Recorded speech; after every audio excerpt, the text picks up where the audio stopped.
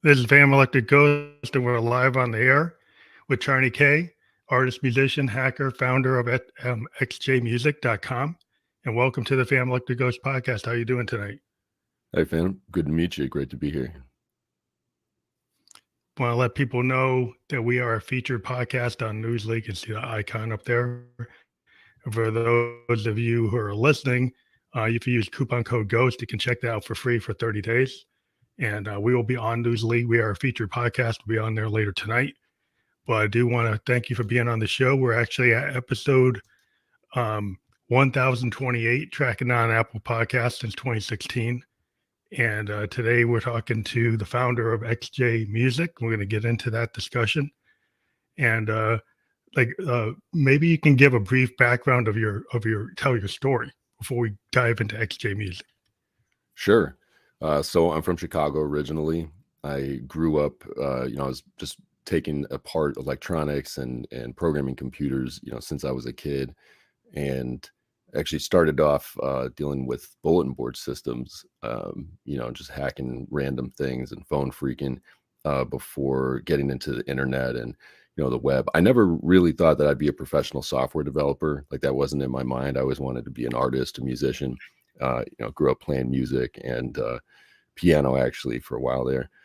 And then I got into electronic music production, and specifically this lane called tracking, which was part of the demo scene, back, can we go back to the 90s, and made an entire album, with a tracker.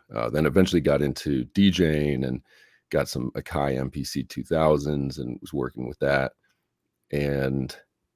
But a lot of my friends, at that time when I graduated high school, we were all musicians, and a few of them ended up becoming professional musicians, just sticking with it over the years. And I think that's incredibly impressive, putting in that like 4 hours a day, just every day. And, and I still just envy their ability to get on stage and play together. I ended up actually going to film school and, continuing to pursue art, and it just turned into a lot of different things in advertising, and did art direction, and kind of eventually it was like a lot of web stuff, even building flash banners, if you remember that. Yeah. And at a certain point I realized, okay, if I'm going to be doing software professionally, then I want to learn how to do that right. Went to a lot of hackathons, never had a computer science background officially. Just taught myself a lot of stuff and did a lot of learning on the job. So, fast forward, I've had a lot of different jobs as a professional software developer, and even kind of went all the way into doing back-end development and realized like that's not exactly right. So my day job now, I actually work for Endeavor, building mobile apps for big events, and it's cool. It's a good balance of just my passion for art and creativity, and really like human-centered design, building things that are going to have some meaning to people, like, walking around an event, actually using them in their lives. And then the technical side of it. That's interesting because I fell into, I'm a software guy, but I'm a what you call a business system analyst. Been in the financial services and insurance industry for 25 years. Yeah. That's my day job. That's how I afford my Mogs.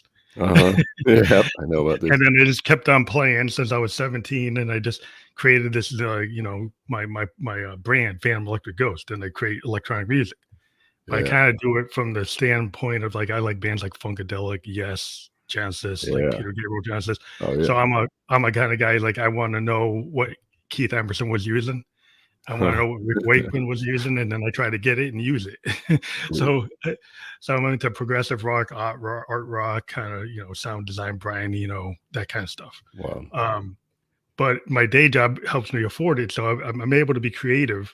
But it's, I'm doing finance, so that's not what you're doing in software. It's kind of, it's a bunch of actuaries telling me what the formulas are. Yeah, I actually had a foray in the middle of kind of like getting into just back-end software development, and I spent a couple of years at a venture capital firm, like building just back-end, it was a platform that analysts were using to look at deals. So that might be similar. Yeah, that kind of thing, like annuities and like, figuring out cash value, death tables, all that stuff.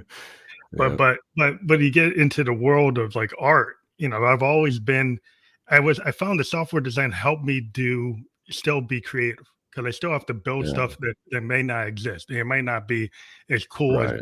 working with my Moog and figuring out the CV to create a new waveform, Mhm. but it still keeps my mind going in a different way. So then I can kind of apply that thinking Yeah. to how I record. It's interesting. You're talking about MPCs. I've got like an Akai Force, and Okay.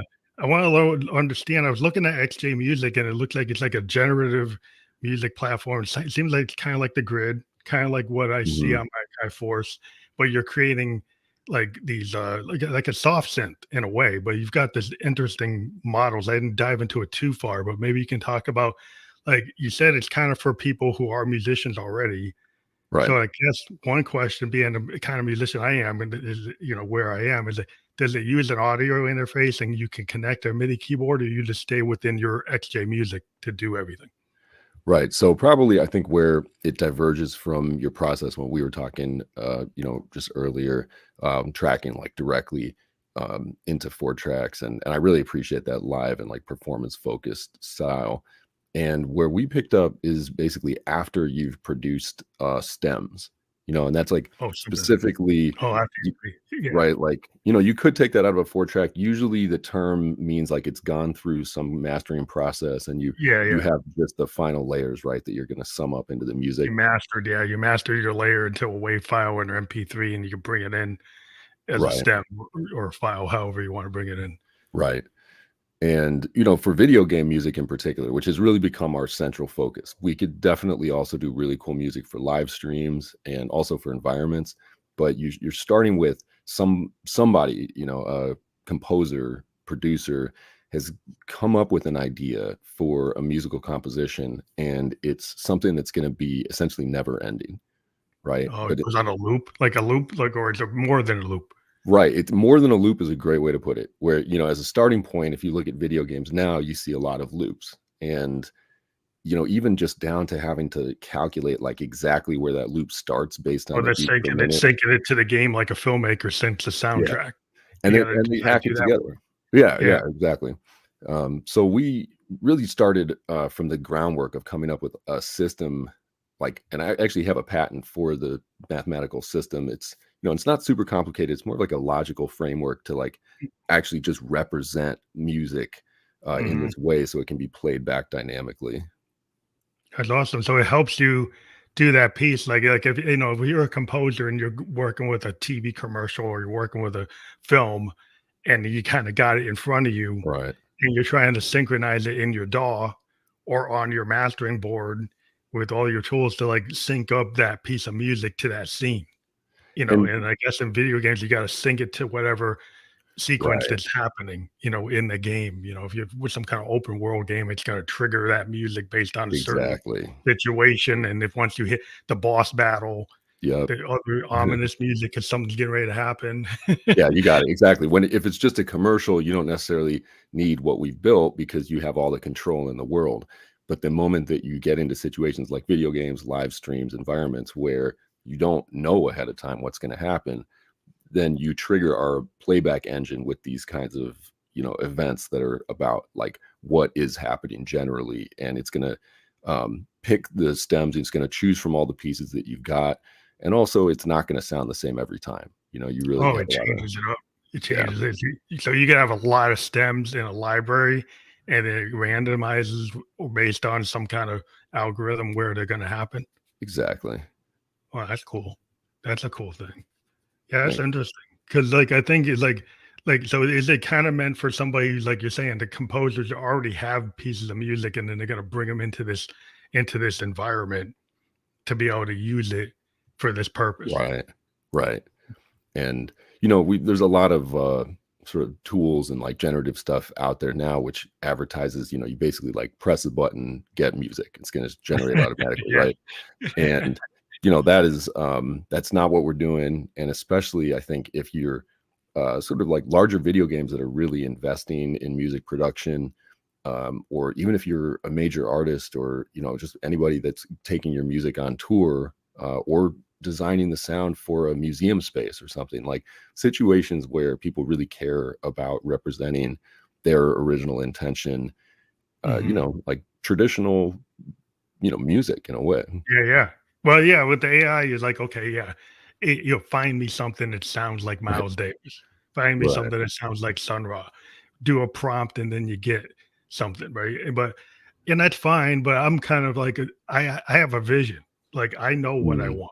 I'm an experimental musician. Mhm. I know exactly what I'm trying to do, Yeah. and Very I cool. don't need, maybe if I have a tool that helps me with my mastering, say, hey, what happens if I make this sound like bitches brews mix. And if Uh, you had a system that could figure out what that mix board, what the board had set for the compressors and all that stuff, that's cool. I mm, could use something like that. But still, right. I might want to just play with those compressors and stuff myself Right. because I can tend to kind of like know how I want to shape it because I'm a sound designer. So Right. I spend 3 hours on my Moog trying to create waveforms to create new tones. Right. So like if I'm into that level of detail, I'm probably going to figure out what kind of compression I want or not. Yeah, yeah, exactly. And we really I believe, and the whole team that we've got together, that music is human. That at some level, this is an expression of a person's point of view, like their subjective reality and what they want to get out. Yeah, I think it's interesting that I still have a tool that understands the human factor. And Mm, there's so many things today where they're trying to take the human factor out.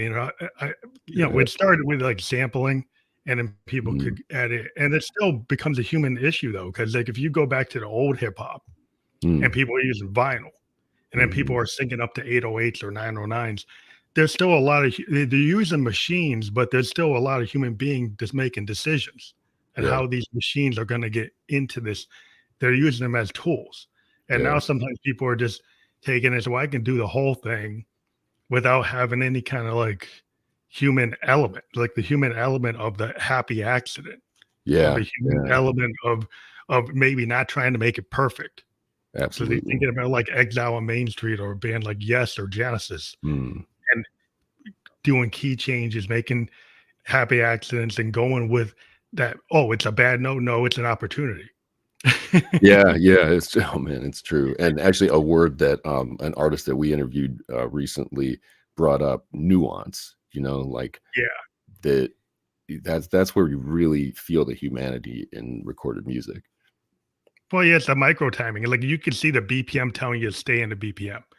But a Mm, lot of great music is the micro timing and the tonal quality of like getting into a little dissonance. I mean, we spend a lot of time with our oscillators mm, getting them to drift or getting them to mm, like be a little bit out of sync. Like I have multiple oscillators and tune them differently.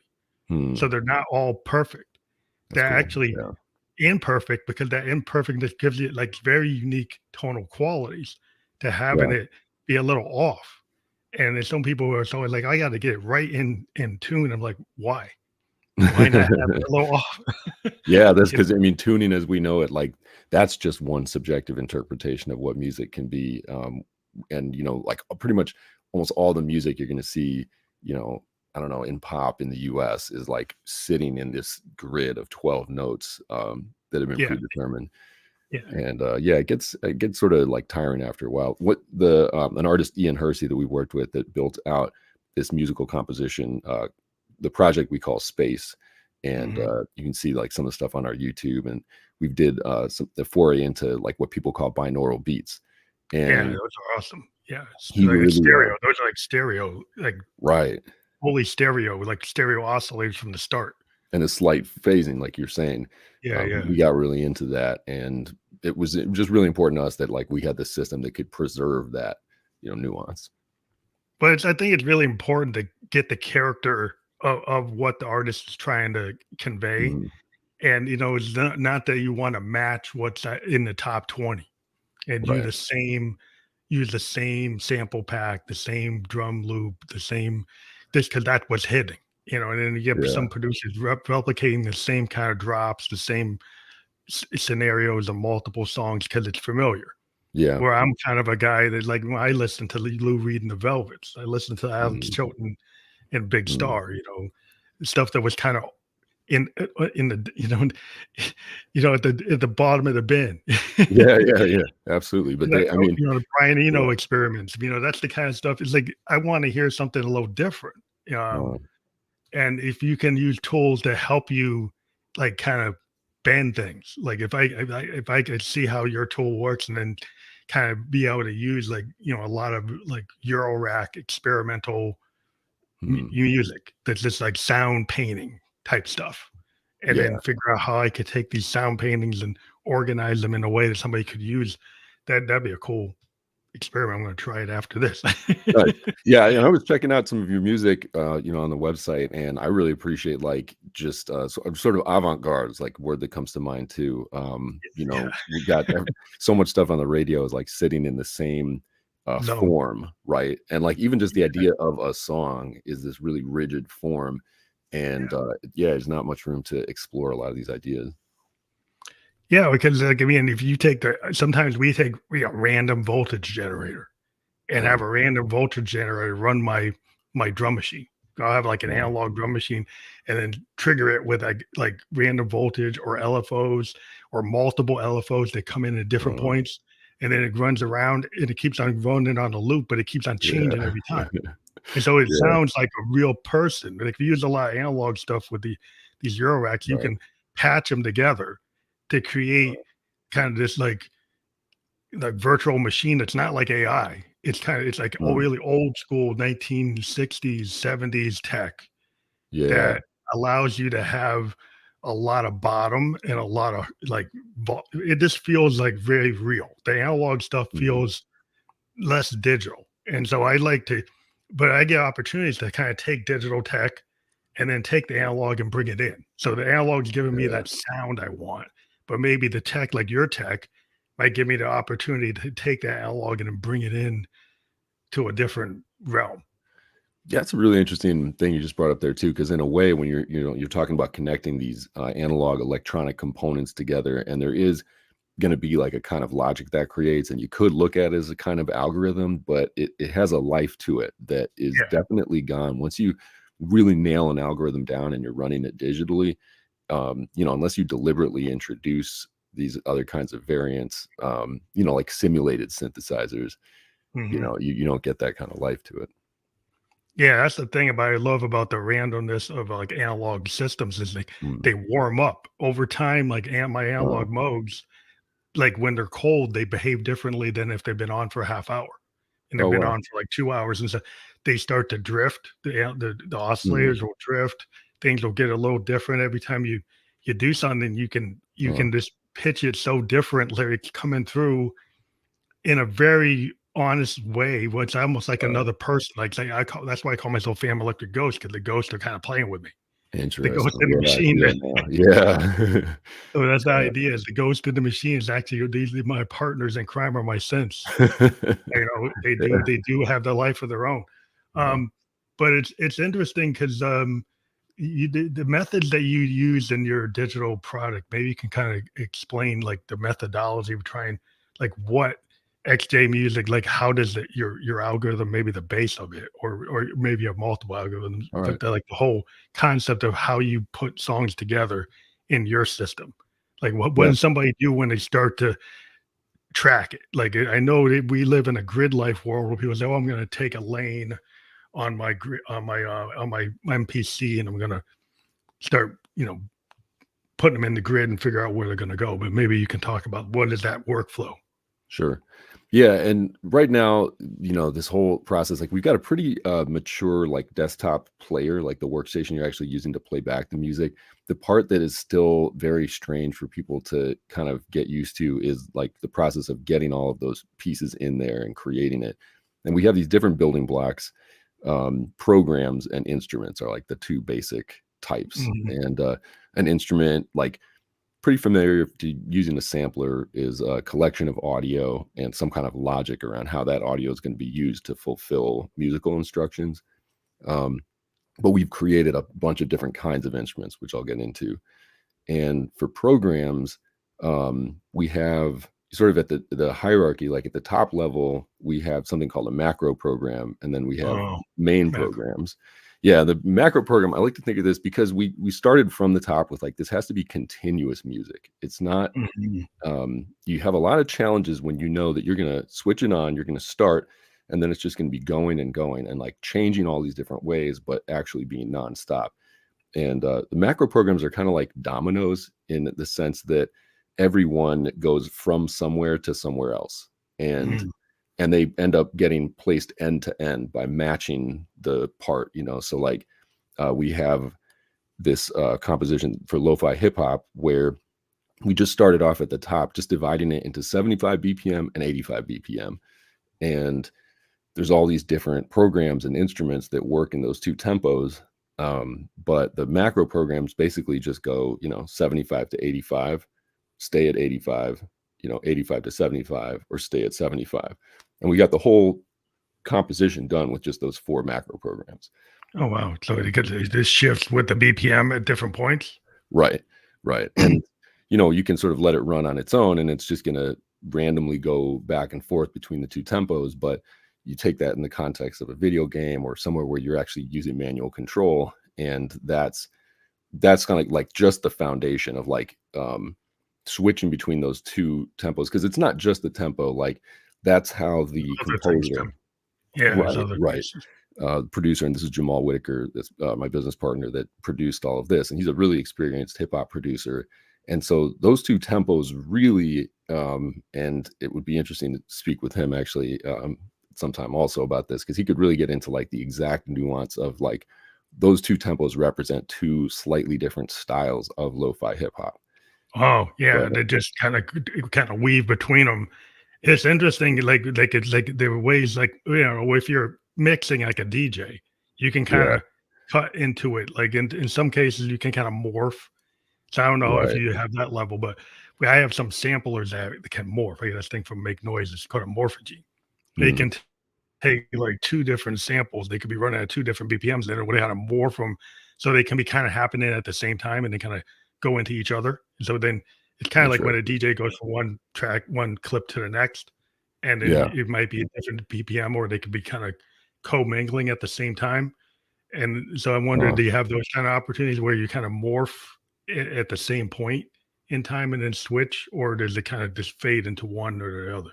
It's interesting. I mean, you have the option of like if you were making a composition, you have the option of like fading smoothly from one tempo to another. Mhm. But the it's interesting. I'd say like at this moment in time, none of the projects that we put together have like overlapping elements of two different tempos at once. So I would say that Yeah, like, you know, putting the tool in your the hands, yeah, you might. polyrhythms.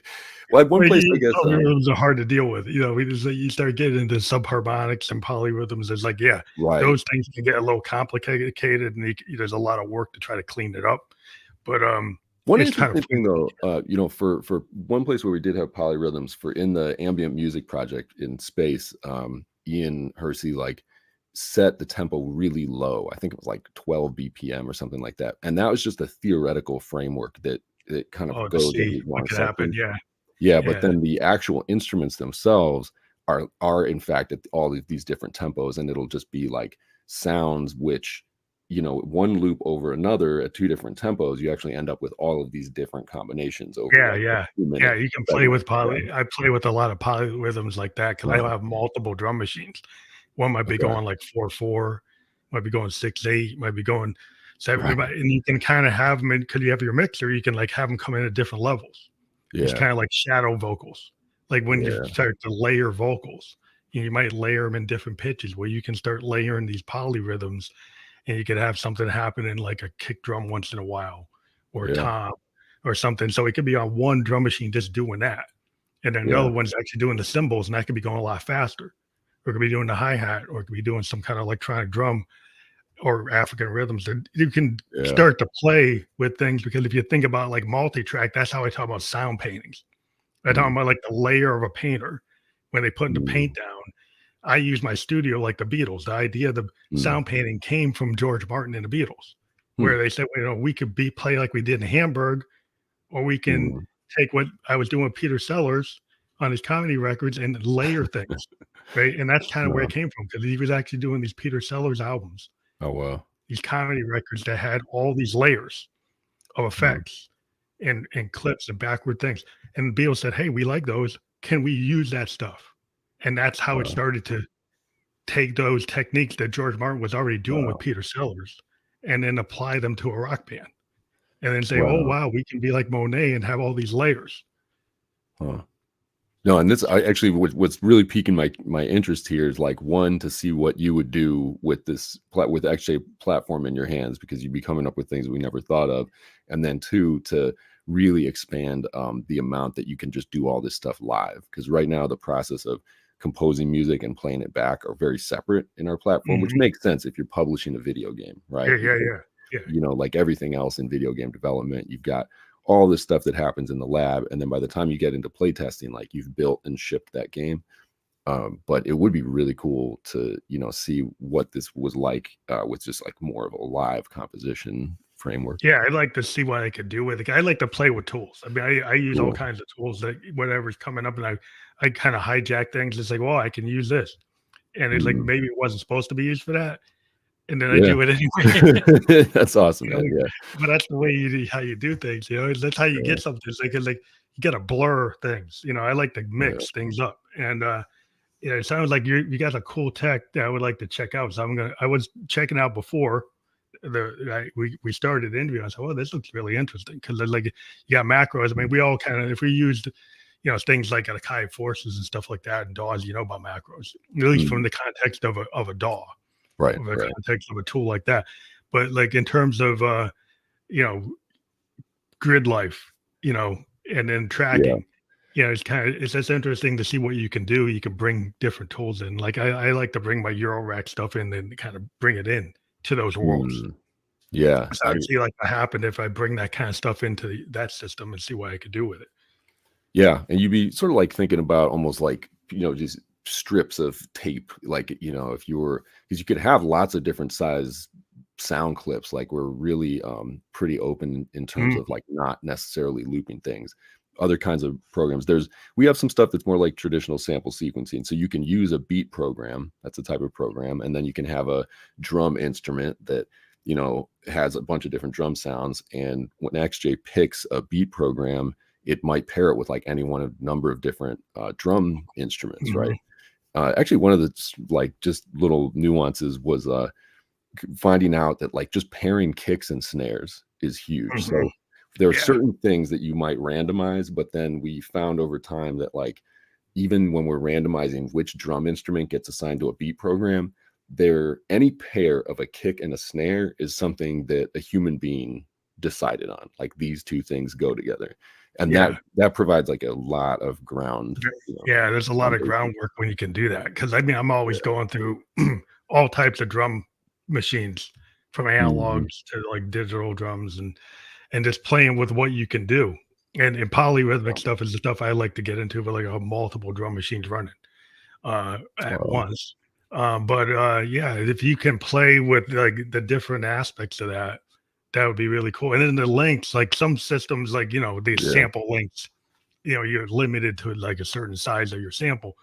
But like when I Mhm. started, I kind of did a kind of cheat that Nine Inch Nails used to do, is they used to go out with their Tascam Hmm. and take whatever they had when they recorded the song, like the original material, and actually Hmm. then run it through tons of effects. Oh So they yeah. would be playing live, and then they'd have one of their guys actually have their Tascam and then feed that through a bunch of Oh, effect processors. And then instead of using like a DAW to play back the backing tracks, they're using their Tascam to play it back, and then running that through tons of effect processors, and then controlling wow. that mix through that.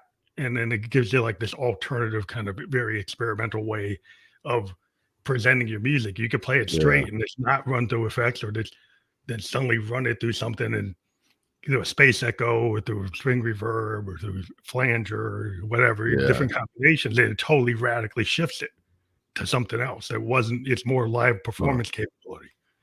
Yeah, especially, something like running sound through tape, right? You could just have a tape reel running and have the write head, writing sound onto it, and then you're reading it off of the read head, and it's going to transform hugely and organically just on that Yeah. inch of tape. Yeah, there's a lot of Yeah. cool stuff. I mean, the Who used to run, Baba O'Reilly on tape. They used Huh. to run what they were running through their 2600, their ARP 2600, like, that whole passage was like an ARP that was running Wow. through, like, different parts of that synthesizer, and it was hard to replicate that live, so they just run it on tape and play to the tape. Yeah. Yeah. But, yeah, so I mean, if you can take your Tascam or your old, reel to reel and then run it, digitize it, bring it in, or just bring the audio in, and then like, so is there any particular length, like if you had something that's 3 minutes long, can you bring that in?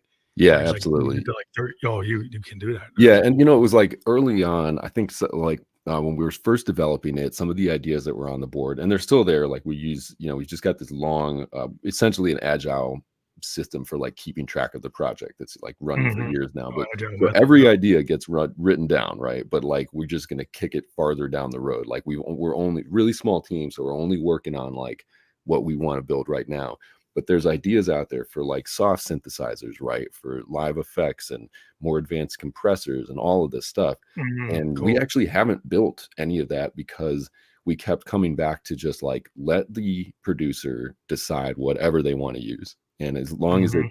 ends up being a digital recording, like everything we're working with is digitally recorded, then we're just going to take that and play it back faithfully. And we're really just focusing on the timing and what gets selected and what gets combined at different times. Um, So the output, once you finish a project, does the output go to like a WAV file or an MP3 or some other form, or does it stay within a proprietary format? No, definitely. Right now, yeah, you can just write it out to a WAV file. The more and more we've just focused on live streaming, and like the more that we're focused on like video games in particular, it's like the playback engine is something that we want you to be able to take and embed inside of a video game. Mhm. Um, but That's cool. essentially, yeah, just output it there, and you could use this tool in a studio and then run the output of it through whatever you wanted and make it sound, even more interesting from there. Yeah, so you could take it like I have got, right now I'm using like a Zoom multi-track connected to my laptop Right. to do this podcast. So theoretically, anything that's on the USB input could actually come into my multi-track, and then I can overdub on top of it. Yeah. And then I've got my grandmother hooked up, my Moog hooked up to my whole thing. So I got Yeah. Moogs and Rolands and all kinds of stuff. So I like to multi-track stuff like outside of a DAW. I That's cool. actually go and punch Yeah. in and go live play a Moog bass line and play for 4 minutes live rather Cool. than Yeah. putting it into the grid. But that's because I know I can play. So if you even know how to play, No. that seems natural. But if some people say, well, I'll just throw it on the grid. Right. Right, I'd right. rather just go on the keys and play it. Yeah. but Yeah.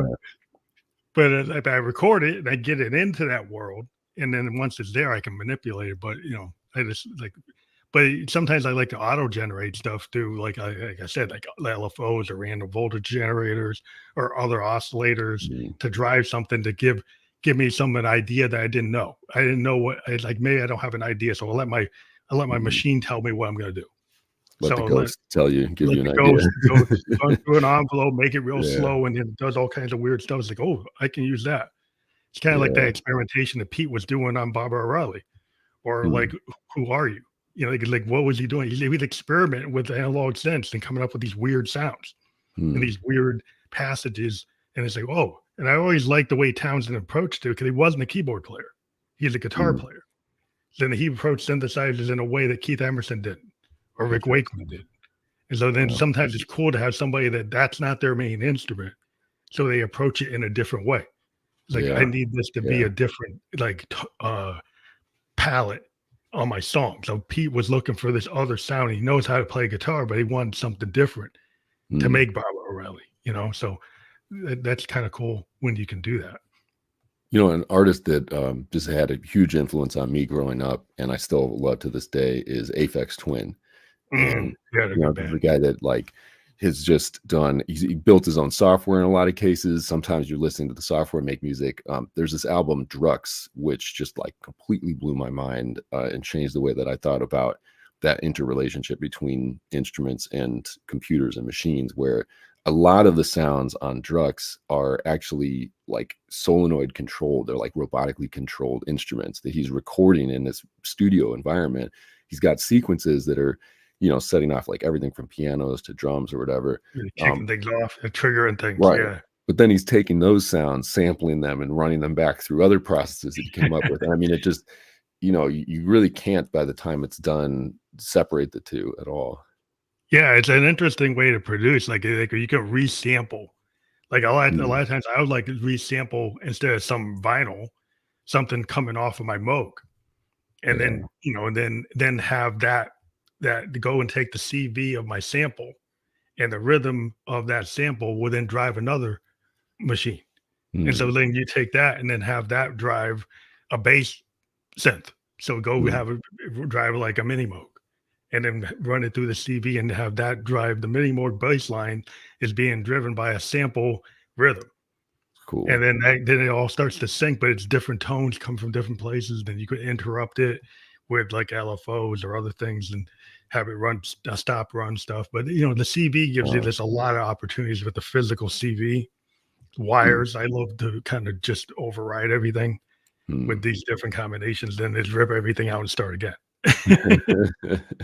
And I mean, your music really sounds alive. Like there's something that I really appreciate. Like, come back to avant-garde, and even in filmmaking, I've loved avant-garde films for a lot of the same reason, where you just throw all the rules out and come up with things where you almost like as the listener, it's like arresting your attention. It's controlling you a lot less than, say, like pop music or Yeah. Hollywood movies.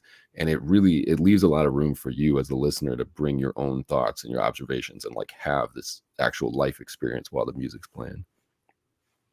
Well, I think what I love about like talking to people like you that are pushing the envelope and coming up with new tools is like, musicians, if we live in the streaming world, we have declining benefits from that, other than it's kind of like advertising. But Right. we need other ways to monetize our music. So being able to use a tool like yours, that tool, to get into the world of film and video games, because that's where you have to sync license. It's the only kind Mm, of game in town for a lot of us today, because they've really taken like the value and then mm. devalued ever since Napster and all these other things Yeah. happened. Like the value of a song, is Mhm. like less than a penny, Oh, so per much stream. less than a penny, Yeah, if and you're familiar. Yeah. yeah, and you're like, well, Scary. my podcast gets more money than that.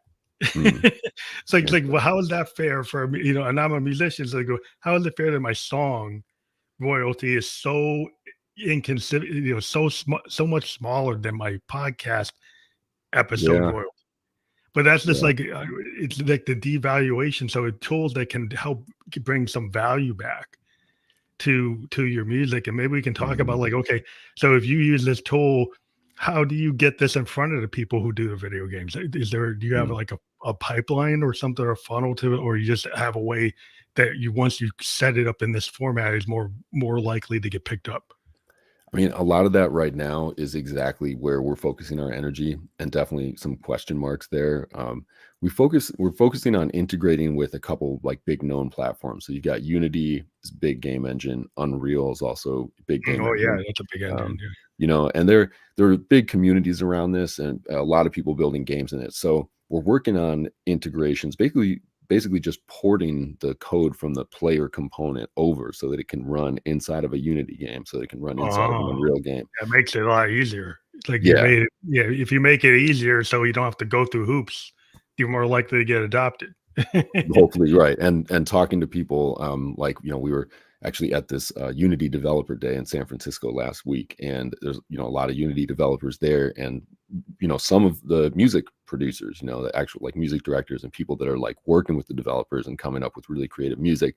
And those are the people that had the most like head nods when we're talking about what we're doing. And and just really excited to have like the Unity integration will be the first one that's done. Really excited to have that, because then like the whole audience of people that are making games in Unity, making music for games in Unity, then it becomes an option for any of them. That's awesome. Yeah, I definitely gotta check this out. And if you ever need beta testers for Yeah. stuff, Oh, absolutely. I've beta tested like stuff on SoundCloud, and for them, I actually did some stuff for them. But Oh, Yeah, cool. it's interesting. The integration between like multiple art forms. A Mhm. lot of times with musicians, we tend to work with filmmakers. We work with people doing digital, Yeah. visual stuff. Because if you go do a show, like you want to have something like on the screen. So a lot of Yeah. times you do these animations, or you use like film directors or people creating like, like the light shows back in the day, or Right. Pink Floyd. Pink Floyd used to have these big shows like when they would do the wall.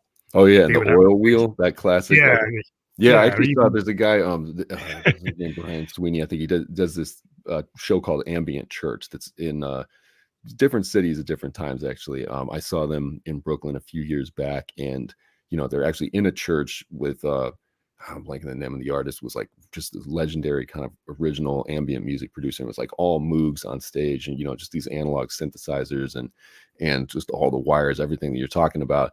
And then the light show that went with it, they had brought in this artist that was doing the original, like it's like a, I don't even know, it's a projector with all these different kinds of projector. oils. Oh, kinda like what Andy Warhol must have been doing with the, like, the thing he used to do with the Velvets. Like, he used to do these Mm, happenings, and they used to have these things mm, going on a film. Maybe they would run things on right, projectors.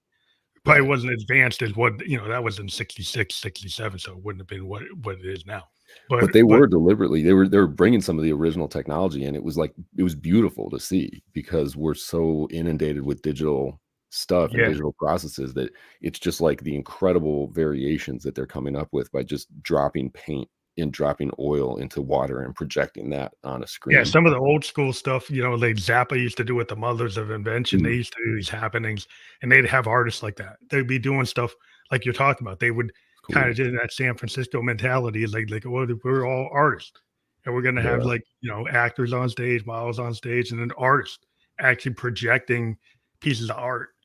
yeah, In real time, guys doing stuff real time, like painters doing stuff and then projecting it in real time.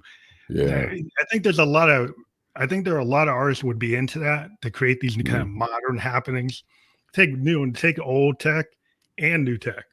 So I've Yeah. always been like, yeah, I mean, I use my Moogs, but then I use my Akai stuff. It's like I use whatever serves the song. So at the Mm, moment, if my song needs to be like all analog, it's all analog. But if I need to use a sampler and some digital stuff and some soft synths, I'll use it because whatever serves yeah, that moment. yeah, It's like whatever that piece is gonna be, and I don't know. Like, when I started, it's like, "Oh, no, yeah, this piece needs something," then I'll use something more modern. If a piece is like, "No, it needs something older," then I'll use, the older stuff. yeah. That's cool. Because yeah, I would really love to hear what if somebody took XJ music and used it as like just the foundation of a live show where you figure out some part of the music that you want and put that in there, and then have that running and have somebody manipulating that workstation live while playing other instruments on top of it. And the workstation actually displays like this sheet music sliding by as it's going. Oh, So it's wow. it's telling you like that's kind of the screenshot that you see. We've Just got tell a you what keys and stuff video it's demo. in. Yeah, that's Yeah, cool. and so you could, as a musician, like you could play along with that. It's giving Yeah, you all yeah. the cues that you need. Yeah, and I play by ear too, so, I mean, a lot of it I Yeah, would hear and kinda play with it, kinda like a fusion musician. But, like, yeah, that's cool. knowing what key it's in and what it's doing, that's helpful. Yeah, I Mhm. mean, I like to do Facebook events live. Like I Wow. used to do it more, but I would actually, with all this stuff behind me, Yeah. I have all these like multiple webcams, and then go and use some Streamlabs tools, OBS, and have Mhm. multiple camera angle show where I would Love actually that. be playing my Moogs and stuff just right for an hour, just play something live. And if Sweet. if I could connect with this type of system, HA Music, and then, have something where I live jam with XJ Music, create something, some piece, and then Oh, hell live yeah. jam with it and put it up. Yeah, I'd be into Definitely. trying to, I worked something out before I did it, but Yeah. Yeah. yeah, but yeah, it's just something that sounds cool. Because I mean, I'm kind of like a in the moment kind of stream of consciousness flow state guy. So like, So yeah, if cool. I can do Yeah. something like that, I would try it.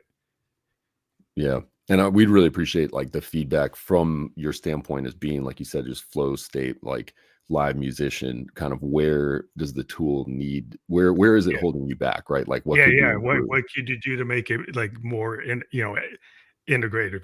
To Yeah. figure out how to link it. Like as if I Mhm. could, kind of my stuff and like, I do a lot of CV, I do a lot of MIDI, you Mm. know, I got the new USB-C MIDI, so if there's a way to kind Right. of USB-C it to link it to some of my stuff, to Mhm. link it to my clocks, and Yeah. then have my MIDI clock or my CV clocks, like, actually helping to trigger stuff or being able to connect so it could trigger stuff. Yeah. So there's a connection. So the having that MIDI, a MIDI CV for, there's a lot of Yeah. digital MIDI CV converters that will even link to like soft synth engines. Like, you could Huh. go into Pro Tools and have a CV clock kicking something off. If you could Yeah. do something like that, and then also have the MIDI and then even virtual CV to trigger tones or patterns, Yeah. that would be cool. Then you could have a thing driving a pattern and then using one of your soft synths to drive like one of my Moog Yeah. sequence. I got a 250 step sequence around a grandmother. It's an Sick. analog sequencer. I can set it and then have Uh-huh. that drive one of your instruments. Yeah, I mean, I gotta write that one down right now, actually. It's funny because 'cause we've been so focused, on just, like, certain lanes that, like, that hasn't come up yet. I wonder if that's even, like, in our roadmap. But Yeah. yeah, to be able to send out a clock User signal, to be story, able to use case. yeah, exactly, user wants to write programs that send out MIDI signals, like, there it is. Yeah, yeah. Well, I'm Yeah, just I love doing CV and MIDI signals and that kind of MIDI information to trigger things and then see what it does. On a yeah, different instrument. Use a Prophet 5 versus a grand, a mini Moog versus an Oberheim. Like, what mm, does it sound like if I send that signal? It's like, oh, okay. Well, I like the Oberheim sounds better for this, so I'll use that. You cool. just make choices based on, okay, I like the tone for this particular piece. And so Yeah, you have different, tones or like the painting. It's like, it's the color. I yeah. see kind of like a synesthesia type of thing. It's like I see sounds in Huh. color and I Oh, kind of wow. think of it in that way. And so when I hear something, I kind of know if it fits the overall vision I have for something. And Cool. just having different palettes and having your palette, like if you have all these different instruments or drums that I could use, and say, whoa, I could use these tones are cool. I don't have that Mm, in my library. So maybe I can use these toms and yeah, the snares or whatever, and figure out how I can yeah. integrate that with something I'm doing. It just gives me another source of, a tool to use for sound creation. It's just reminding me, but like the absolute first prototype version of XJ Music, when I had sort of come up with the general idea and I wanted to just prove that it could work at all before dragging other people into it and really building software, I took a little Zoom recorder, went into my kitchen, took like a wooden spoon and just Mm, hit like dang, every right? single different thing, in the kitchen and recorded it. And used that as his first sequencer, or as a Oh, set of cool. sounds for the sequence, and it ended Yeah, up field kind of recordings. really cool. Yeah, it was like Cool. because it's randomizing it. There was like some part of it. I think I had an 808 kick drum that was at the Mhm. base of it, just to kind of like to have Hold it some together. foundation. Yeah. Yeah, yeah. But then everything else was random. And I played it for a friend and he was just like 30 minutes into this, just like the sound of all these pots and pans getting hit. He was like, dude, Mhm. this is incredible. It's different every time, like, yeah. Yeah, it's like field recording, like you record somebody turning the pages of a book, right? Mm, You record, like, tearing a piece of paper. Like, a lot of yeah. times, and, when we sample, I like to sample, like, field recordings. Like, go out to I live in New Hampshire, go out and record the Mm, Merrimack River and uh, actually use that instead of grabbing something. They actually took a recording of the Merrimack River and put it into the recording. Kinda like yeah. Yes did that, like, Close to the Edge. They went out into a forest and they Huh. recorded the forest, and that whole album starts with the recording of the forest. So Yeah. I'm a kind of Peter Gabriel guy. I Oh, like that yeah. kind of All hard this is rock. amazing. It's Genesis like, is go amazing. go and do the old school Yeah. stuff. Yeah, and I mean, just talk about humanity, like, being preserved because I believe in that, like, I wanna be able to, like, feel like somebody's actually in the room and, like, Yeah. I'm it's challenging in some way? Yeah, well, it's like sometimes it's like, that variability. Like, if you think about Peter Gabriel's voice where he kinda pitches it in these kind of weird tones, they're Uh, that's really different. It's like he was into that art progressive rock, and then he finally got the mm, world to mm, align with his vision. mm, But he had that vision going back, to the early Genesis stuff. He was doing those types of things that people Uh, weren't connected. And then finally interesting. the world connected and actually, oh, that's cool. It's like, oh, it took you that long to figure out it was cool. Now we get it. Yeah. Yeah, you just never know when you're gonna hit because it's just yeah, you never know. It's like that's why you kind of throw it at the wall. I'm kind of a throw it at the wall guy. Yeah. Like I don't know what's gonna work. And as a musician, sometimes you don't know what's gonna Yeah. work. So you can keep all the stuff to yourself or you can kind of throw it out. And then you find an audience and you find people that want to work with you. A Mhm. lot of opportunities I've had is just throwing things out, and then other musicians have said, "Oh, I want to work with you on Mhm. something." And then I got an opportunity. And I might not be the biggest guy in the world, but I get to work on something because somebody liked what I was doing. And that's kind of like the Yeah. point. And I get to work with other people because they say, "Oh, they Yeah. dig what I was doing," and I get to try something out, and I didn't expect that. But I wouldn't have known about it if I hadn't have thrown it out on the wall. Yeah. Yeah. And it's totally different than just being alone, in the lab working by yourself. And even, what got me inspired to just try and jump out and get on people's podcasts and talk to people.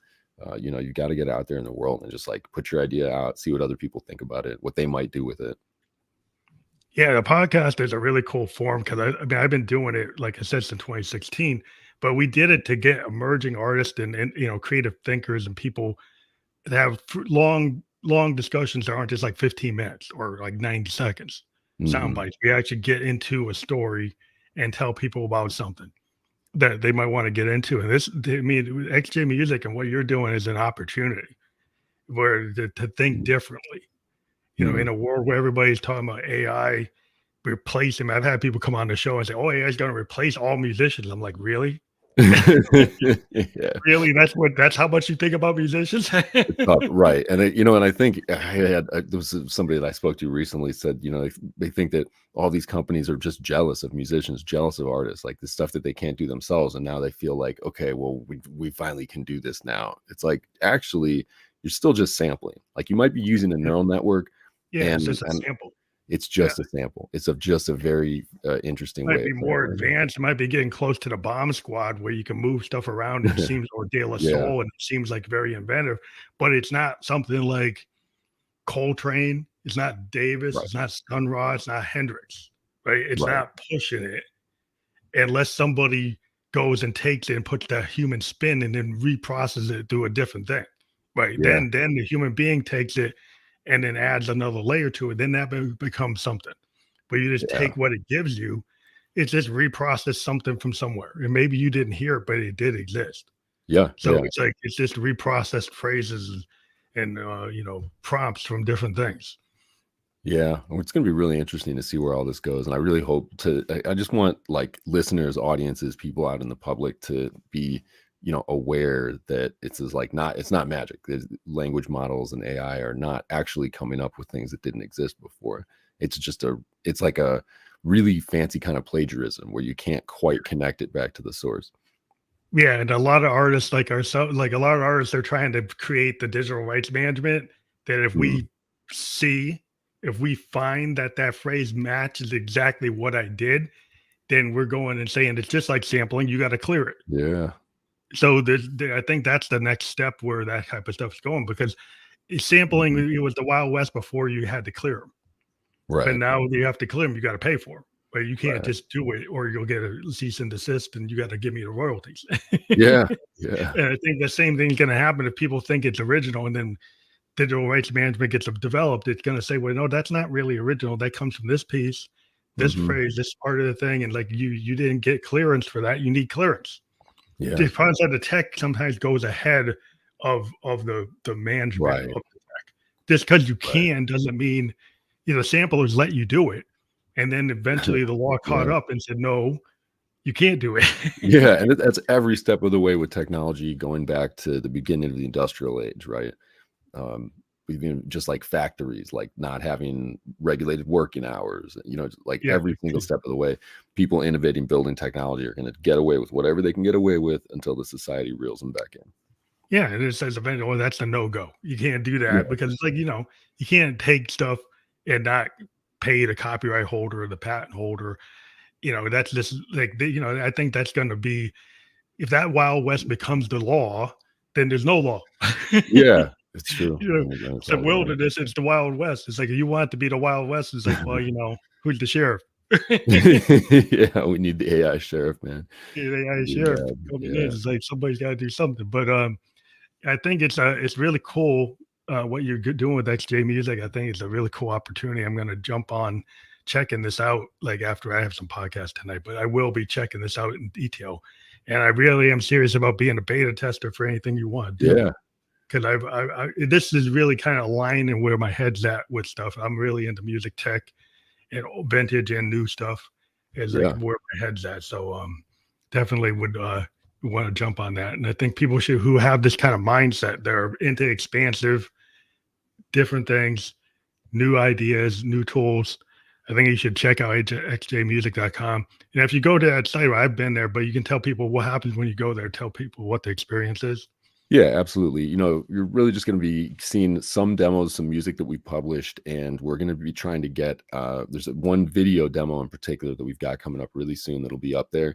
But you know, you can sign up, create an account, mostly just reach out to us because right now, I mean, we're not charging anybody money for this. We really want to find out like what people are going to do with it. But it's an investment of time, you know, like on your part as an artist. We really appreciate that and respect that. And we'll work with you. Like anybody comes, just say what's up, and we'll get to know you, find out what you want to do, and give you access to the tools themselves, help you out every step of the way. That's where we're at right now. Yeah, definitely. I'm always looking for some new venue or new tool. And yeah, this seems like something that's really gonna light a fire on my head. You know, it does like Cool. with whatever hair left I have and get into it. But yeah, I wanted to thank you again for being on the show because I think this has been a really cool with synergy because I mean I started this thing with music back in 2016. We kind Yeah, of got beyond music, but this episode is kind of aligning into my original intentions, and so that's really cool. tight. Once in a while, we get to go back and still focus on music, and in this is music tech and capabilities that I think a lot of creative people will be, you know, if they want to dive into it, check it out. Yeah, really appreciate it. Pleasure meeting you, Phantom. Great to be on here. Thank you. You know, again, this will be on all the podcast platforms that people are comfortable with. You can watch or listen by tomorrow. We've been live on YouTube, Twitch, and Facebook. Those are the video channels. We also are on Spotify video podcast. That'll be later tonight, and we'll give everybody the landing page, and they can check it out however they want to. Cool. Thank you.